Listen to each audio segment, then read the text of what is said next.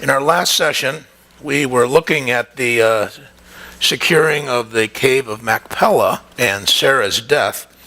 And Abraham was grieving for Sarah. They had a long and very fruitful marriage, and he chose to bury her in Hebron, which was north of where he was living, and they were apart for some reason. It's not really clear. Now, he had lived up there for 25 years, and then he was down in Beersheba for 26 years, and this was the territory of the Hittites. And the Hittites came to the funeral, if you will, and they were there, and they loved Abraham. They owned the property that he wanted and that he had selected for an internment for her. Just little secular evidence to validate the Hittites being in that region at that point in time. But they spoke the same language as Abraham. They had Semitic names, and we have hieroglyphic and other evidence to support that they were there. That just wasn't the normal boundaries for the Hittites, because they were outside of that. So this must have been like a splinter group of Hittites that were living there, but had secured the property in Canaan, because they owned it. And they wanted to negotiate with Abraham for this property. And he rose up before them, and he spoke to them that were gathered there. And he asked them three things. He said, I've been a nomad here. I don't own any property, so I can properly bury Sarah, his wife. And then he asked them if he could get some real estate from them so that he could do that. And finally, the purpose was to get her out of his sight. She was probably starting to decompose. And it must have been a horrendous sensation to see this woman that you've lived with all these years and loved, and her body was starting to decompose. It must have hurt a lot, and he knew it was just difficult to bury. He had to get her away into the ground. She had to be buried. And they who had left their homes to come to him collectively, they all answered him at once, calling him a prince because of his humility. And they looked to him as a god. They treated him as a god because God was with him. And we know all the miracles that happened in his life and how God came to him and gave him that covenant. This is actually one of the fulfillments of that Abrahamic covenant, because he was given status and stature amongst men of the earth. And they affirmed this status and their love for him by stating that they wouldn't withhold anything from him. Any sepulcher that he wanted, he could have. And it was just a God-given honor for them to be able to do this for him. They knew how close to God he was, and they had an immense amount of respect for him. And in the negotiation process of the Middle Eastern culture, it looked like they were giving him this for free, but that's not how the ancients negotiated something. That's not how the Arabs do it. This is a very careful, well thought out negotiation process that starts very, very slowly, and it's extra nice, if you will. Oh, we'd be happy to give you this, but they're not really talking about giving anything. I once saw a sign in an individual, one of the executives I used to work with and dealt with, and he had a sign in his office that had a duck on it, and it said, "In your efforts, live like the duck." Look very calm on the outside, but paddle like the dickens under the water. So that's what these guys were doing. These guys were just strategizing the dynamics of this negotiation process. And to them, in the Middle East, the negotiation process was equally as important as getting there and settling on a price. I mean, they just loved the process. Now, Abraham went along. He carefully followed the customs of the land. And it's something for us to take note of, too, that without violating God's word, we should respond to other people and the kind of food they eat and the things that they do and so on. It helps us in our witnessing. He did not violate any of their social practices, but obviously he wasn't going to do anything to turn him away from God. And that added their endearment to him. They just loved him even more for doing that. he bowed himself twice to these folks. And one of the elders, Ephron, starts the dialogue specifically with him to negotiate. Abraham offers full price if Ephron will give the cave at Machpelah. And Ephron's addressing him as my lord and offers the field to the cave. And 3 times Ephron is giving this to him, if you will, uses that term give. And Abraham bows again for the 2nd time and offers to give the price for the field. And Ephraim's claiming, hey, it's just money. What's money between friends, you know?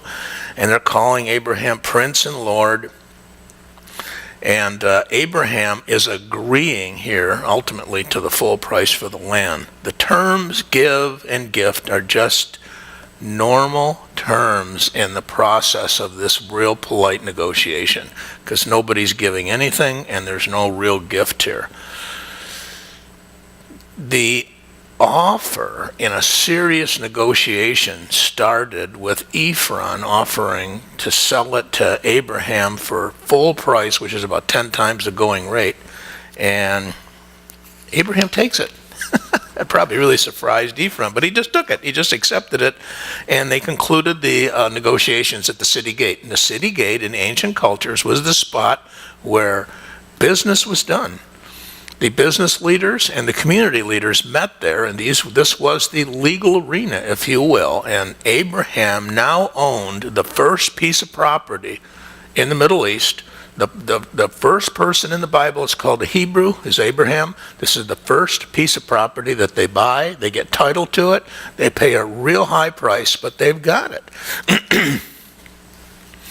And it's interesting to see how this works. And we looked last week at Proverbs 21:21, showing about the honor that one receives and respect in the community by being a godly person.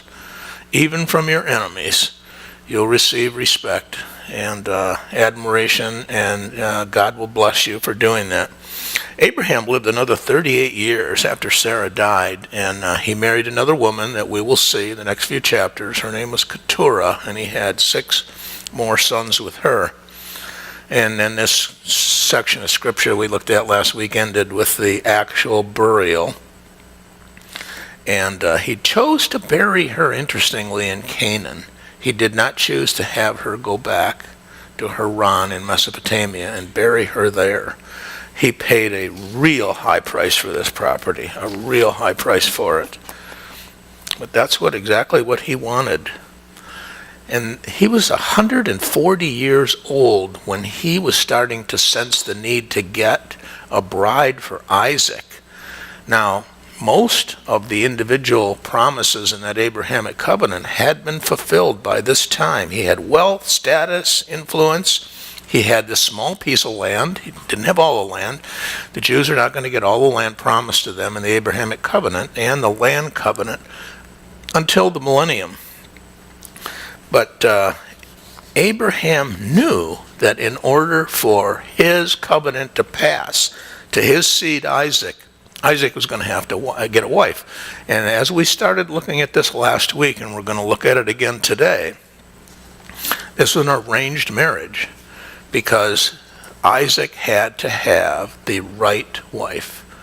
And this is good for us to look at here. That I can imagine how hard it would be to try and convince any of your children that they should have an arranged marriage, because we're all so headstrong and we live in this culture with so much freedom. But as we go through this material today, you'll see that it's not a bad thing. It's absolutely not a bad thing. So what does he do? He approaches, in this passage, an unnamed servant or slave. It's not really clear whether Eliezer, who is the unnamed person here, because we learn that from the 15th chapter of Genesis, whether Eliezer was a slave or a servant. It's the same word in Hebrew. It's an eved. And an eved is either a slave or a servant. Eliezer was so well trusted that Abraham had him managing his entire flock and his entire group of men, probably the army as well that he had. And that was his choice for someone to inherit everything that he had if God had not given him Isaac. So he has Eliezer swear a solemn oath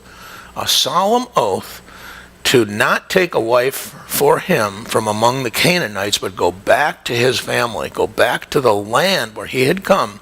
And they knew that Bethuel, Nahor's son, had recently given, his wife had recently given birth to a daughter, Rebekah.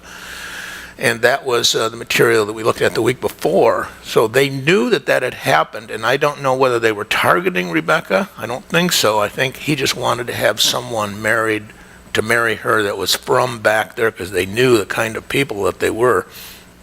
Now, in an ancient Mideastern practice, Abraham says to Eliezer to put your hand under my thigh and swear this to me. And that was the signatory, if you will, sealing this oath that he made.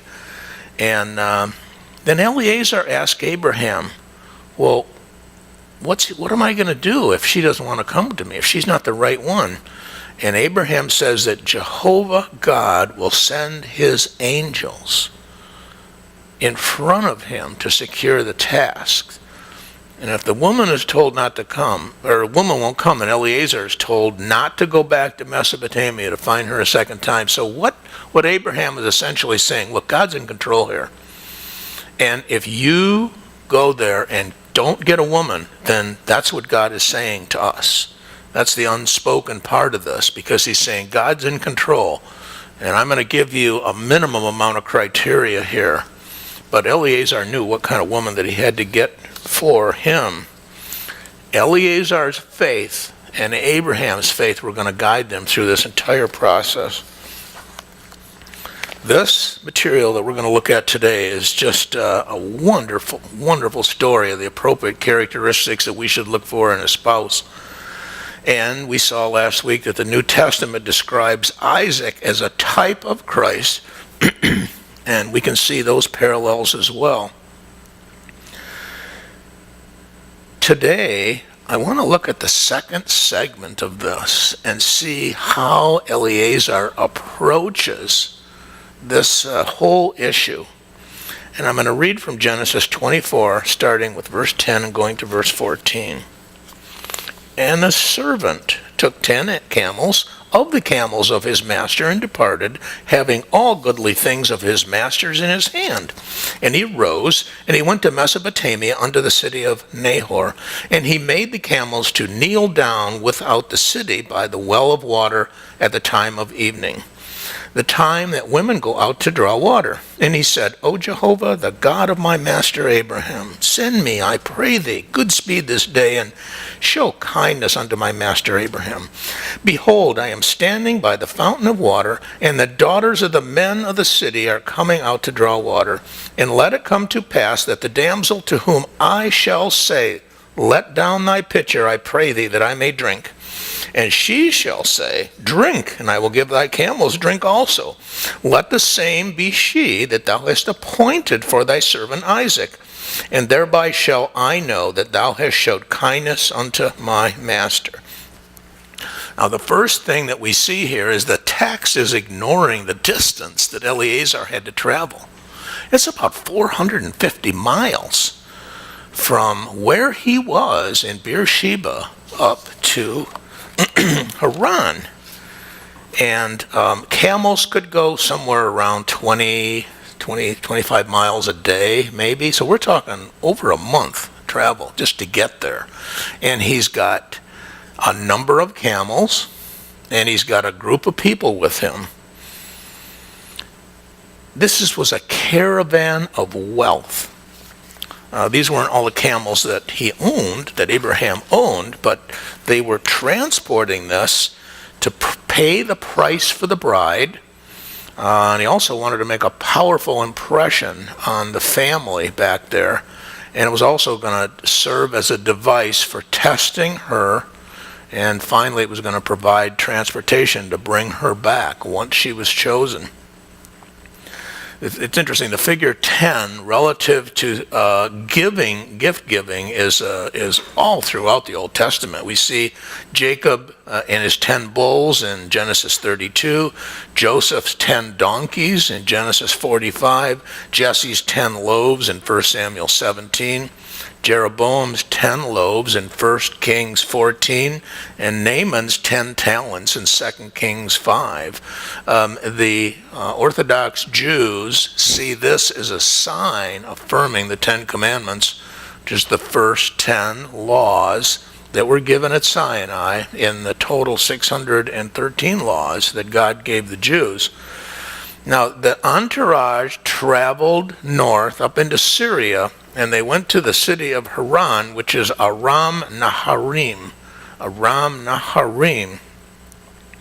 Eliezer took the camels to a well just outside the city, and this was a popular spot for congregating. Anybody that came from, any stranger came, would go right there because that was the first spot anybody went to. And he also knew that women traditionally went out for water in the evening to this spot. So it was really natural for him to go to a public well there. That's what people did. The townsfolk and the shepherds all met there. Jacob went there as well, and we'll see that when we get to the 29th chapter of Genesis. Moses did the same thing when he fled to Midian. We see that in Exodus 5 or Exodus 2. Water is an incredibly important commodity in the Mideast, and all life revolved around those wells, or even an oasis if they could find one, because it's in such short supply.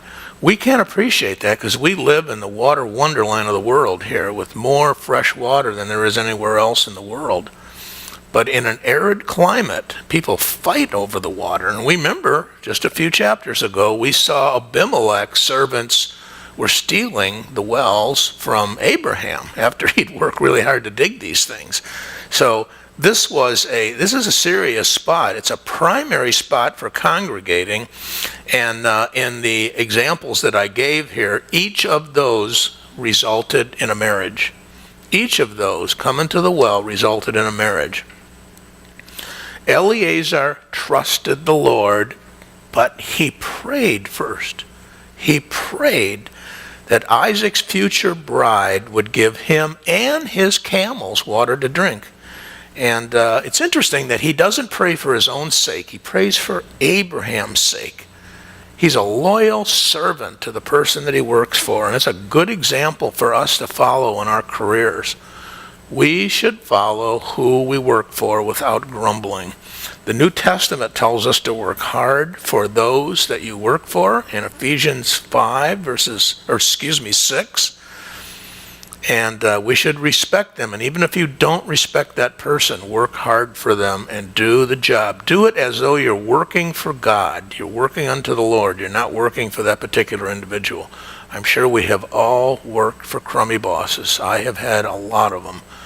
You still do your job. You still do it well. And you start looking for another one. But you do it well, so nobody can say to you that you didn't do your job, because you work as to the Lord. You get a crummy boss, you start saying to the Lord, okay, I'm doing this for you. This is your job. You wanted me here. I will do this. And Eliezer had a good relationship with Abraham, but he nevertheless honored Abraham by praying that God would grant this for Abraham. Now, to water 10 camels is an incredible task. These things guzzle an incredible amount of water. A camel that's dry can guzzle 25 gallons of water.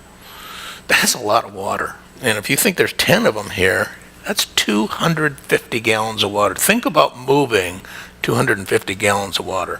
I remember when I used to go camping, I'd fill up this 5-gallon thing of water. And you do that a few times and you're thinking, man, we're drinking too much here. I don't think we need this much water. You're looking for excuses not to have to do this again. Well, that's an incredible, a lot of water.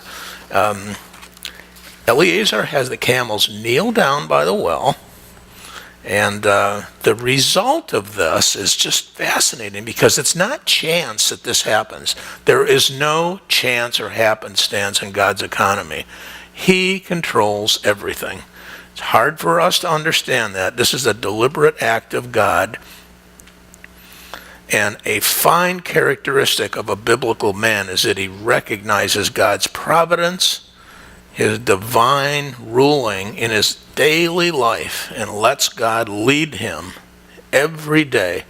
Eliezer prays that the proper criteria of a bride that would be suitable would be in accordance with God's will, and it would be effective. Now, the criteria that the servant establishes are one of character. They're not a physical appearance. Physical appearance is very fleeting. Character is not. Character is rock solid, and it stays with us. The ideal wife had to be hospitable to strangers, kind to animals, and willing to give of herself to others. Now, I just mentioned how difficult this task must have been for somebody to be spontaneously willing to provide water for those camels. Again, they each probably needed about 25. I know I wrote 10 down there. I apologize for the typo. They needed 25 gallons of water, and that comes out to 250 gallons. So the proper choice for a wife for Isaac had to be that she has to be industrious. She can't be laid back. She can't just be a queen that's going to lay back and not do anything. Moving on in the text, Genesis 24, verses 15 to 27. And it came to pass before he had done speaking that, behold, Rebekah came out, who was born to Bethuel, the son of Milcah, the wife of Nahor, Abraham's brother, with her pitcher upon her shoulder. And the damsel was very fair to look upon, a virgin, neither had any man known her. And she went down to the fountain and filled her pitcher and came up. And the servant ran to meet her and said, Give me to drink, I pray thee, a little water from thy pitcher. And she said, Drink, my lord. And she hasted and let down her pitcher upon her hand and gave him drink. And when she had done giving him drink, she said, I will draw for thy camels also, until they have done drinking. And she hasted and emptied her pitcher into the trough and ran again unto the well to draw, and drew for all his camels. And the man looked steadfastly on her, holding his peace, to know whether Jehovah had made his journey prosperous or not. And it came to pass, as the camels had done drinking, that the man took a golden ring of half a shekel weight, and 2 bracelets for her hands of 10 shekels weight of gold, and said, Whose daughter art thou? Tell me, I pray thee. Is there room in thy father's house for us to lodge in? And she said unto him, I am the daughter of Bethuel, the son of Milcah, whom she bare unto Nahor. She said moreover unto him, We have both straw and provender enough, and room to lodge in. And the man bowed his head and worshipped Jehovah. And he said, Blessed be Jehovah, the God of my master Abraham, who hath not forsaken his loving kindness and his truth towards my master. As for me, Jehovah hath led me in the way to the house of my master's brethren. So he ends this section praying and thanking God and just showing God that I do have faith. You are right. You're doing what you said.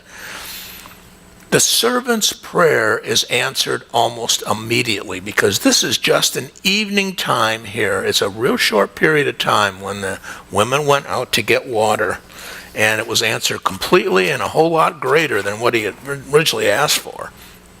He knew that this was the region that Nahor's family had lived in, but he didn't specify that in his prayer. The girl who came to the well was Rebekah, and she was the answer to prayer, the granddaughter of Nahor, the family of Nahor, and we saw that in the section we looked at a couple weeks ago in the 22nd chapter. They gave us that, the writer of Genesis gave us that just to prepare us for this providential leading that God would have for Eliezer. It wasn't a chance encounter. This was done intentionally by God. He has a plan for all of his children if we just look for it and trust him. if we don't turn away, if we don't resist the clear path that he has for us, he will guide us in the paths of righteousness that he would have us follow. His prayer did not mention beauty at all, but she was very beautiful. She was well endowed with it. She was chaste, and it's a precious, precious thing, a virtue in today's commodity, that she was unblemished. Anyway, when he saw her, he ran to meet her. He didn't just mosey over there. He ran to meet her. He was displaying this sense of urgency because he saw the water bottle that she was carrying. And she responded to the urgency too. He displayed she responded to the urgency that he displayed by going about her business very briskly and responding to him quickly and conscientiously. She didn't waste any time. She wasn't stopping to gossip with anybody. She got right to the business without engaging in any distractions at all. And in order to test her, he only asked for water for himself. She then responded with what he wanted, and he did this through his prayer, that she would water his camels too. And we've looked at this to see what the level of work is associated with watering 10 camels with 250 gallons of water. But she got right to it. She got right to it. She just saw that job needs to be done too. Yep, I know you need water and your camels need it too, so I'm going to do that for you as well. And it's interesting, in the Hebrew text here, what doesn't come out in English is there's one verb that's used for speaking, and there's 11 verbs that are used for her actions, the action verbs, and there's 11 different Hebrew words there, meaning she's a woman of action, not of speech. She didn't diddle around and just chat and wonder what time of day it was and that sort of thing. She got right to work. And at first, Eliezer's response is just to watch this going on and look at it, to see how this was going to be, how this story was going to end, and see if this was the correct girl or not. And she impressed him so much that he gave her gifts. And he did this before he even asked her who her family was, because that was lesser important than the fact that she had the right qualities to be a wife for Isaac. He was exercising the faith in God that he had, and he saw the response to his prayer. He gave her a golden ring that was worth half a shekel, and this would have been a nose ring in those days. And it would have, I don't know exactly how it did, but somehow it hung down and then it wrapped around her head and her forehead. And she got 2 bracelets for her hands. Each were 10 shekels of gold. A shekel is 7/10 of an ounce. And if you add this up, this is about $14,000 worth of gold in today's market. That's a lot of gift. I mean, he really gave her something big here. He knew, one, that this was going to impress her family, that he was serious. This was not a casual encounter and somebody was just giving her a piece of costume jewelry to try and sway her away from her family. This was a serious offer here, and her family was going to appreciate it and know that with the degree of earnestness that this was given, that this was something that he thought was really serious, and the family would too. It was designed to move the relationship just a little closer, take it to the next step, the next level. And the next level would have been negotiations with the family. He wanted to start talking to the family. So he says, well, whose daughter are you? And boy, just look at this. Just think of this. She's got this ring. She's got all this gold, these bracelets. So she starts talking to him even more. And in addition to asking him that, he asks, this would be a really forward question. He says, is there room in your father's house for us to lodge in? We need a place to stay here. And she says, well, I'm the daughter of Bethuel, who's the son of Milcah, whom she bore unto Nahor. And now he sees that she's related to Abraham. And boy, that's just even a better piece of information, because this is getting better and better all the time.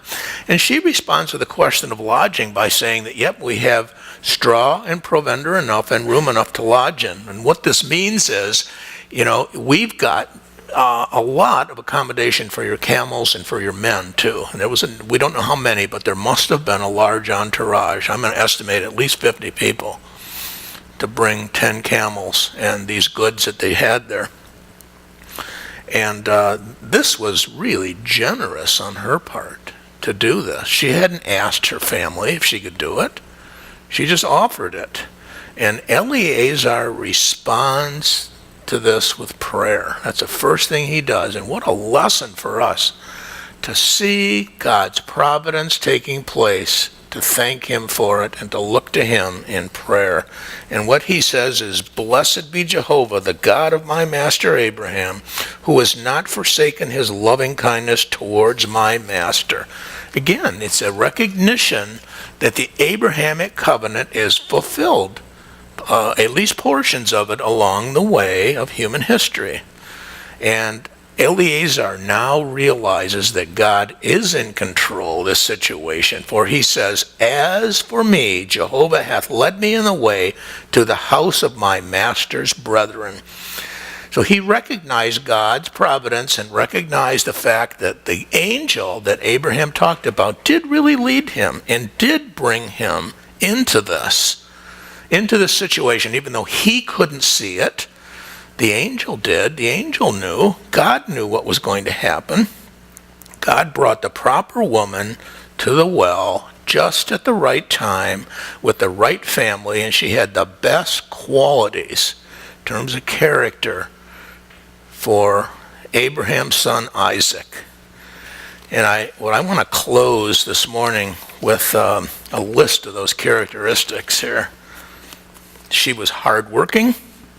She was efficient, conscientious, friendly. She was helpful, hospitable to strangers, kind to animals, willing to give of herself to others. She was chaste, and she had an unblemished character. If you haven't read Proverbs 31 for a while, it would do you well to read that. Proverbs 31 is the ideal woman, and it speaks to character and hard work, just like Rebecca. Amen?